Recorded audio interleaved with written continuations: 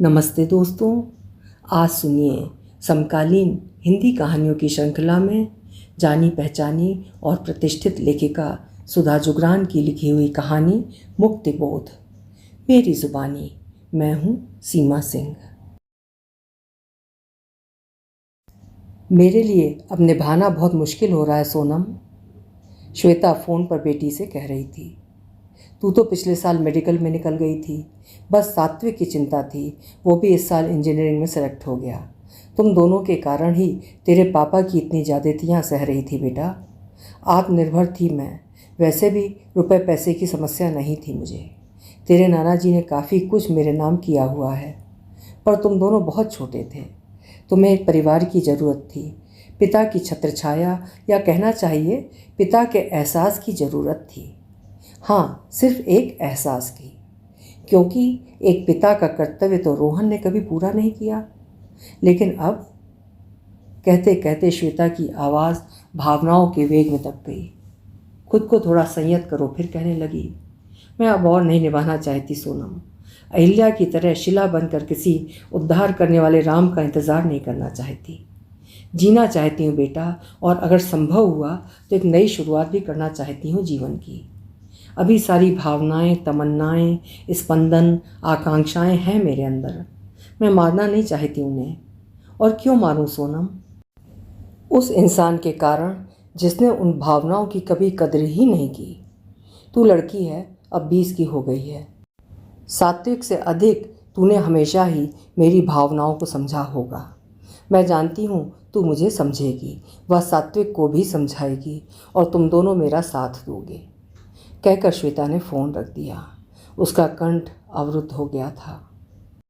सोनम थोड़ी देर ठंडे फ़ोन को घूरती रही। स्पंदनहीन सी वो कुर्सी में बैठ गई। आज शनिवार था व कल रविवार। उसकी रूममेट अपने लोकल गार्जियन के घर चली गई थी, इसलिए वो कमरे में अकेली थी। वो अपनी समस्या, मानसिक अंतर्द्वंद इस वक्त किसी से भी बांटना नहीं चाहती थी। 20 साल की छोटी सी उम्र, मेडिकल की कठिन पढ़ाई, छोटे भाई की चिंता, मम्मी की मानसिक स्थिति, इतना कुछ उसका छोटा सा दिमाग ले नहीं पा रहा था। कितने खुश नसीब होते हैं वे बच्चे जिनके माता पिता आपस में प्यार से रहते हैं। उनकी किस्मत में तो ये सब कभी रहा ही नहीं। ये नहीं कि मम्मी की बातों ने उसे आज चौंकाया था। बचपन से देखी है उनकी कश्मकश, घर का कसैला वातावरण, पिता का रौद्र व छल कपट भरा रूप, और फिर उन दोनों के बीच उस तीसरी का प्रवेश। नहीं, तीसरी का प्रवेश तो स्थायी रूप से बाद में हुआ था, पर स्वच्छंद व मनचले पति की आदतों ने उन दोनों के बीच तीसरे के एहसास को हमेशा बनाए रखा, और उस तीसरे के एहसास ने ना जाने कितनी बार मम्मी को आहत किया था। छुप छुप कर ना जाने कितनी बार रोते देखती थी मम्मी को। मम्मी पापा के बीच के झगड़े अक्सर ही रौद्र रूप धारण कर जाते और पापा के दहाड़ने के साथ खत्म होते। छोटी थी तो समझ नहीं पाती थी कि आखिर मम्मी को पापा से शिकायत क्या है, क्यों वे झगड़े की स्थिति लाती हैं, किस बात के लिए रोकती टोकती हैं। जब बड़ी हुई तो कारण जैसे समझ में आने लगे। सोचते सोचते सोनम कहीं दूर अपने विषम अतीत की गलियों में भटकने लगी। खूबसूरत व उच्च शिक्षित माँ श्वेता, संपन्न पिता की बेटी व इस समय स्थानीय डिग्री गर्ल्स कॉलेज में लेक्चरर थी, और पिता रोहन बहुराष्ट्रीय कंपनी में मार्केटिंग हेड। जब सोनम बड़ी होने लगी तो थोड़ा थोड़ा मम्मी पापा के झगड़ों के कारण उसे समझ में आने लगे। समझने लगी थी कि कैसे मम्मी परले दर्जे के अय्याश व गैर जिम्मेदार पति के साथ निभा रही है। घर में इतनी सुंदर सुरुचिपूर्ण पत्नी के होते हुए भी पिता के चरित्र की परतें उधरने लगी थी उसके सामने। लेकिन गुणवान पत्नी होते हुए भी अगर किसी पुरुष को पर नारी में ही सुख तलाशना हो तो उसे कौन रोक सकता है। श्वेता शादी से पहले से ही नौकरी करती थी, अच्छा कमाती थी। यूं भी रोहन सिर्फ घर का थोड़ा बहुत खर्च देकर अपने कर्तव्यों की इतश्री कर देता था। शेष उसे घर परिवार से कोई मतलब नहीं था। यहाँ तक कि बच्चों के स्कूल, पढ़ाई, खर्चे, परेशानियाँ उसे कुछ भी नहीं दिखती थी। श्वेता ने दोनों बच्चों को अपने पंखों में समेट रखा था जब तक उन्होंने उड़ान नहीं सीख ली। इसी बीच रोहन का तबादला कंपनी ने पूना से बेंगलुरु कर दिया। तब सोनम 6 साल की और सात्विक 4 साल का था। श्वेता को नौकरी की ना तो इतनी ज़रूरत थी और ना इच्छा। वो अपने मनचले पति को स्वच्छंद नहीं छोड़ना चाहती थी। वो जब तब रोहन के साथ जाने की इच्छा व्यक्त करती रहती तो रोहन टाल देता और बच्चों की पढ़ाई के कारण उन्हें एक ही जगह पर रहने की हिदायत देता। जिस फ्लैट में वे रहते थे वो फ्लैट भी श्वेता को उसके पिता का ही दिया हुआ था, इसलिए वो रोहन की बात को अन्यथा नहीं लेती, पर उस पर वापस पूना तबादले के लिए जोर डालती रहती या फिर वर्तमान नौकरी छोड़कर पूना में दूसरी नौकरी पकड़ने के लिए कहती। झगड़े की रौद्र रूप की मारपीट में तब्दीली पहली बार यहीं से हुई। दिवाली की छुट्टी पर घर आए रोहन से जब श्वेता ने फिर एक बार इस विषय पर बात छेड़ी तो रोहन उखड़ गया। ये तुम क्या बार बार एक ही रट लगा देती हो? दिक्कत क्या है तुम्हें? अपने फ्लैट में रह रही हो, बच्चे अच्छे स्कूल में पढ़ रहे हैं, तुम्हारे पेरेंट्स लोकल रह रहे हैं, तुम्हारी इतनी अच्छी नौकरी है, तुम हमेशा मेरे पीछे क्यों पड़ जाती हो? तुम्हारे बदले तो कोई नहीं हो सकता ना रोहन? श्वेता भरसक प्रयत्न कर शांत भाव से बोली। 2 साल होने को आए हैं, कितने छोटे थे दोनों बच्चे। सात्विक ने तो स्कूल जाना शुरू ही किया था, आज 6 का हो गया है। अकेले अच्छा नहीं लगता मुझे भी, बच्चों को भी तो पिता की ज़रूरत महसूस होती है। फिर हम कब साथ रहेंगे? ना हो तो हमें अपने साथ ले चलो। कैसी नासमझों वाली बात कर रही हो तुम? अच्छी भली नौकरी छोड़कर मेरे साथ जाओगी? कल मैं बेंगलुरु से कहीं और चला गया तो फिर तुम्हारे साथ चले जाएंगे। सभी तो जाते हैं अपने पति के साथ, हम ही निराले हैं क्या? और फिर मुझे नौकरी छोड़ने में दिक्कत नहीं तो तुम्हें क्यों तकलीफ हो रही है? ये अनपढ़ों वाली बात मत करो, यहाँ सब कुछ ठीक चल रहा है। तो फिर तुम पूना तबादला करवाने की कोशिश करो। तबादला क्या मेरे कहने से हो जाएगा? कंपनी में क्या मेरे रिश्तेदार बैठे हैं? रोहन चिढ़कर बोला। तो यहाँ किसी दूसरी कंपनी में कोशिश कर लो। मैं जिस कंपनी में हूँ अपनी स्थिति से संतुष्ट हूँ, बिना बात नौकरी नहीं बदलना चाहता। हमें भी साथ नहीं ले जाना चाहते, खुद भी नहीं आना चाहते। ये क्यों नहीं कहते कि तुम चाहते ही नहीं हो कि हम तुम्हारे साथ रहें? श्वेता ने तल्खी से कहा। तुम्हारा तो दिमाग खराब हो गया है, जो सोचती हो सोचती रहो, रोहन तैश में बोला। मैं क्या सोचूंगी, मुझे क्या समझ में नहीं आ रहा? पिछले कुछ महीनों से तुमने खर्चा देना भी बंद कर दिया। उसके लिए मेरी नौकरी है, रहने के लिए मेरे पिता का दिया घर है, 2 छोटे बच्चों के साथ रोज़मर्रा की परेशानियों से मैं कैसे जूझती हूँ तुम सोचना भी नहीं चाहते। तुम्हें मतलब ही नहीं है, तुम्हें हमारी कोई चिंता नहीं, हम तीनों मरें या जिएं। तुम कोई जिम्मेदारी नहीं समझते, साथ में रहकर ये सब जिम्मेदारियाँ तुम उठाना नहीं चाहते। हमें अपने जीवन से दूध में पड़ी मक्खी की तरह निकाल फेंका है तुमने। श्वेता एकाएक चिल्ला पड़ी। तुम जैसा गैर जिम्मेदार व खुदगर्ज इंसान नहीं देखा। मैं खुदगर्ज हूँ? रोहन ने दांत पीसते हुए एक झन्नाटेदार थप्पड़ श्वेता के गाल पर दे मारा था। श्वेता हतप्रभ हो गाल पर हाथ रख रोहन को देखती रह गई थी। दोनों बच्चे हड़बड़ा कर अपनी जगह से उठ खड़े हुए थे। घबराहट के कारण सात्विक का पेशाब निकल गया। वो श्वेता की टांगों से चिपक कर रोने लगा था। 8 साल की सोनम भरी आंखें पोंछती हुई कमरे से चली गई थी। सारी रात श्वेता अपनी गलती ढूंढती रही, आंसू पोंछती रही। पति के साथ जाकर रहने की जिद करने में आखिर उसकी गलती कहाँ है? लेकिन परिवार को साथ न ले जाने का कारण कुछ तो श्वेता को समझ में आने लगा था। लंबे समय के बाद मिली पत्नी के प्रति भी रोहन के तन मन में वो बेकरारी नहीं दिखी जो अपेक्षित थी। लगता था जैसे मन की ही नहीं तन की भी जरूरत पूरी हो रही है। वो खुद तो पति के वियोग में हर स्तर पर तड़पती थी, पर रोहन की तरफ से उसके पास आने की कोई जद्दोजहद, कोई कोशिश नहीं दिखती थी। यहाँ तक कि वो फ़ोन भी नहीं करता था। जब वो खुद ही फ़ोन करती तभी बात हो पाती थी। मैसेज का भी वो जवाब नहीं देता। उसके जीवन में एक पुरुष सिर्फ कहने भर को था, सहारा किसी तरह का नहीं था, यहाँ तक कि मानसिक भी नहीं। आर्थिक रूप से वो सक्षम है ये वो जानता था, इसलिए इस रूप में भी जिम्मेदारी वो नहीं निभाता था। उस दिन उठा रोहन का हाथ अब जब तब उठने लगा था। वो शिक्षित थी, जागरूक थी अपने अधिकारों के प्रति। 2 बच्चे थे, रोहन उनका पिता था। उनकी जिम्मेदारी उठाना उसका फ़र्ज है और उस फ़र्ज से वो पलायन नहीं कर सकता। वो रोहन पर जब तब घर आने का दबाव बढ़ा देती। रोहन पारिवारिक व सामाजिक दबाव में घर आता, लेकिन हर बार झगड़ा और विकराल हो जाता। वो जितना दोनों के रिश्तों को धागों को सुलझाने की कोशिश कर रही थी, धागे उतने ही उलझते जा रहे थे। पापा घर आते तो बच्चे बजाय हुलसने के भय से भर जाते और दोनों के झगड़ने का इंतज़ार करते। बच्चे बड़े होते जा रहे थे। ऐसे मौक़ों पर सोनम सात्विक को समेटने की कोशिश करती और खुद बिखर जाती। कैसे समझाती अपने माँ बाप को कि माता पिता जब झगड़ते हैं तो बच्चे कितना टूटते हैं, खासकर लड़की कितना आत्मविश्वास खोती है अपना। अपने माता पिता के रिश्ते की बखिया बच्चे किसी के सामने नहीं उधेड़ना चाहते और अपने मन ही मन में घुटते रहते हैं।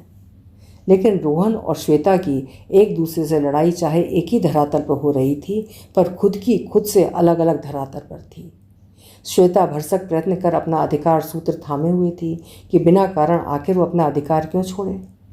आखिर क्या कारण है जो रोहन उसे अपनी ज़िंदगी से इस तरह दरकिनार किए हुए है। रोहन का क्या कारण था, ये किसी को समझ नहीं आ रहा था। आखिर एक बार श्वेता बच्चों को अपने मायके छोड़कर चुपचाप बेंगलुरु चली गई। देखना चाहती थी कि आखिर रोहन उसके बिना ज़िंदगी से इतना खुश कैसे है।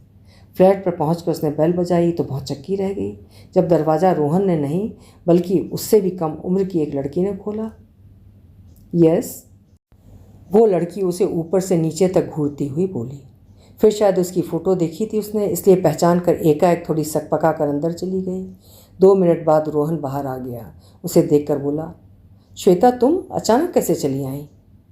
क्यों, अचानक का क्या मतलब? पति के पास आने के लिए किसी की आज्ञा की ज़रूरत होती है क्या? वो अंदर घुसते हुए बोली। मेरा मतलब ना कोई फ़ोन ना कोई मैसेज।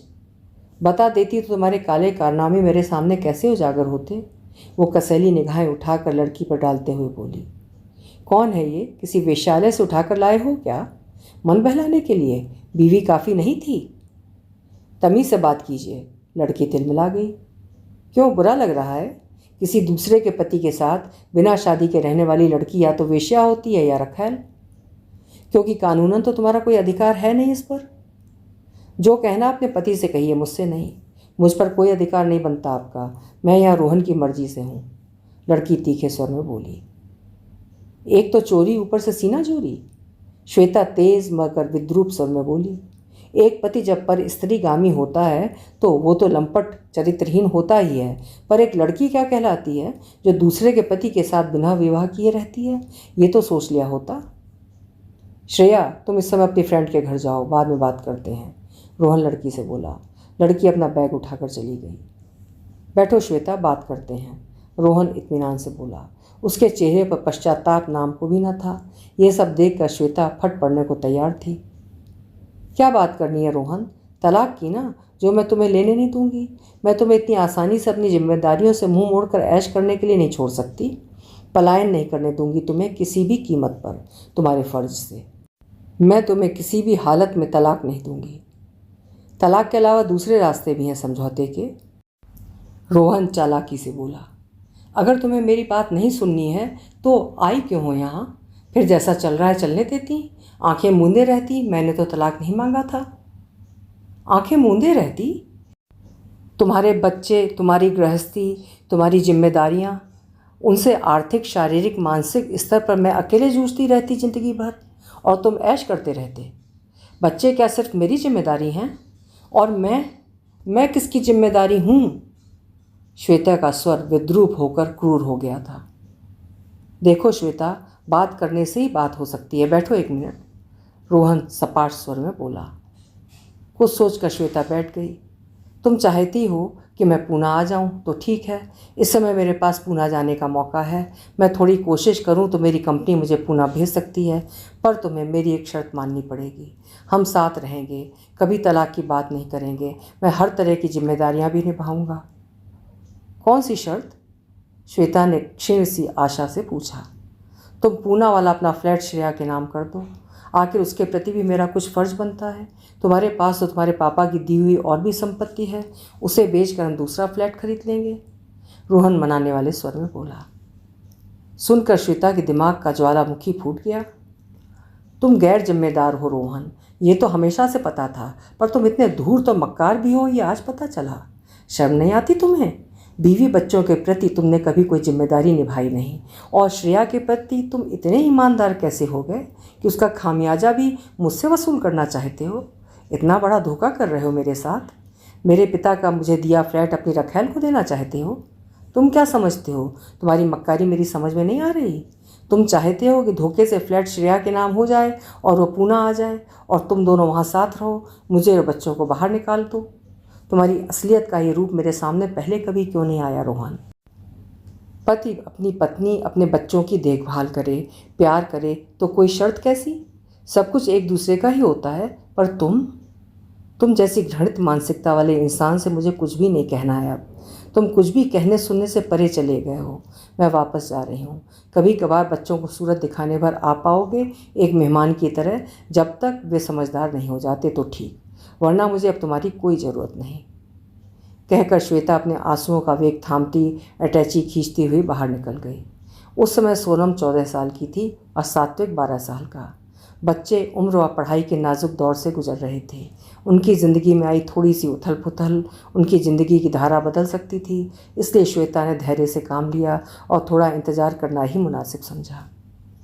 रोहन बीच बीच में आ जाता 1-2 दिन के लिए। श्वेता बिल्कुल शांत रहती। दोनों के बीच अब कोई रिश्ता नहीं रह गया था। बच्चों के सोने के बाद वो बड़े कड़े शब्दों में रोहन को स्टडी का रास्ता दिखा देती।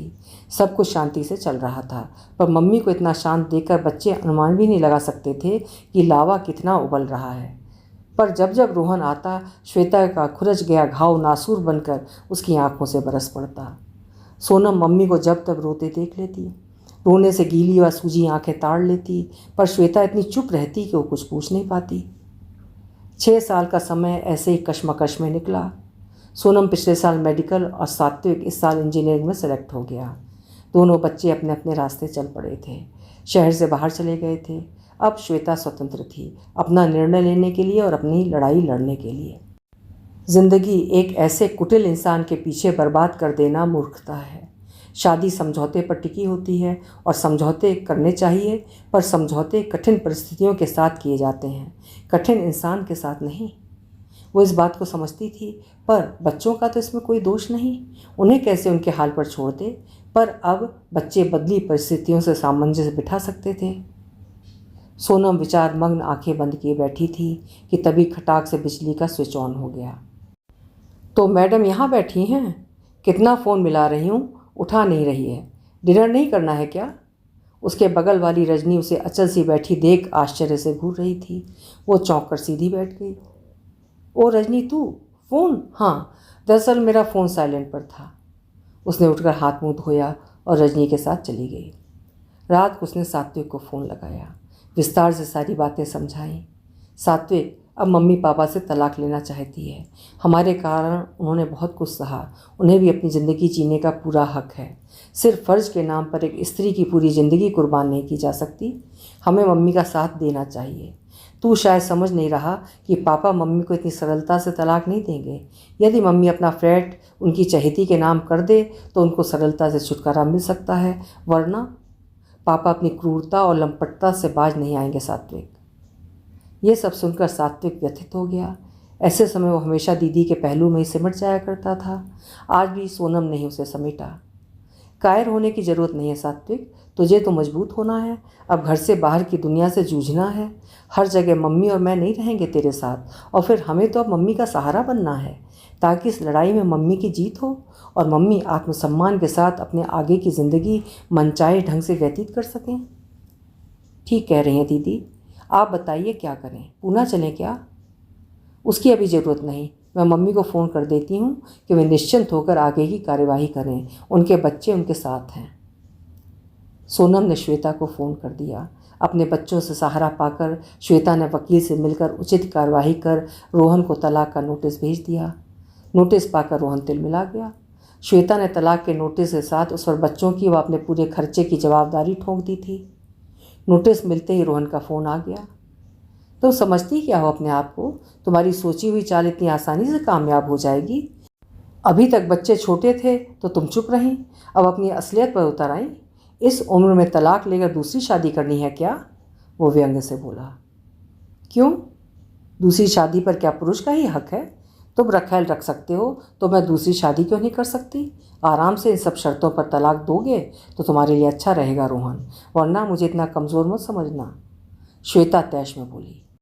कमज़ोर तो मुझे समझने की गलती तुम कर रही हो। अपनी नौकरी, संपत्ति और बच्चों का गुरूर है ना तुमको, पर मेरे पास ही बहुत हथियार हैं। वकील सिर्फ तुम्हारे पास ही नहीं है सिखाने पढ़ाने के लिए।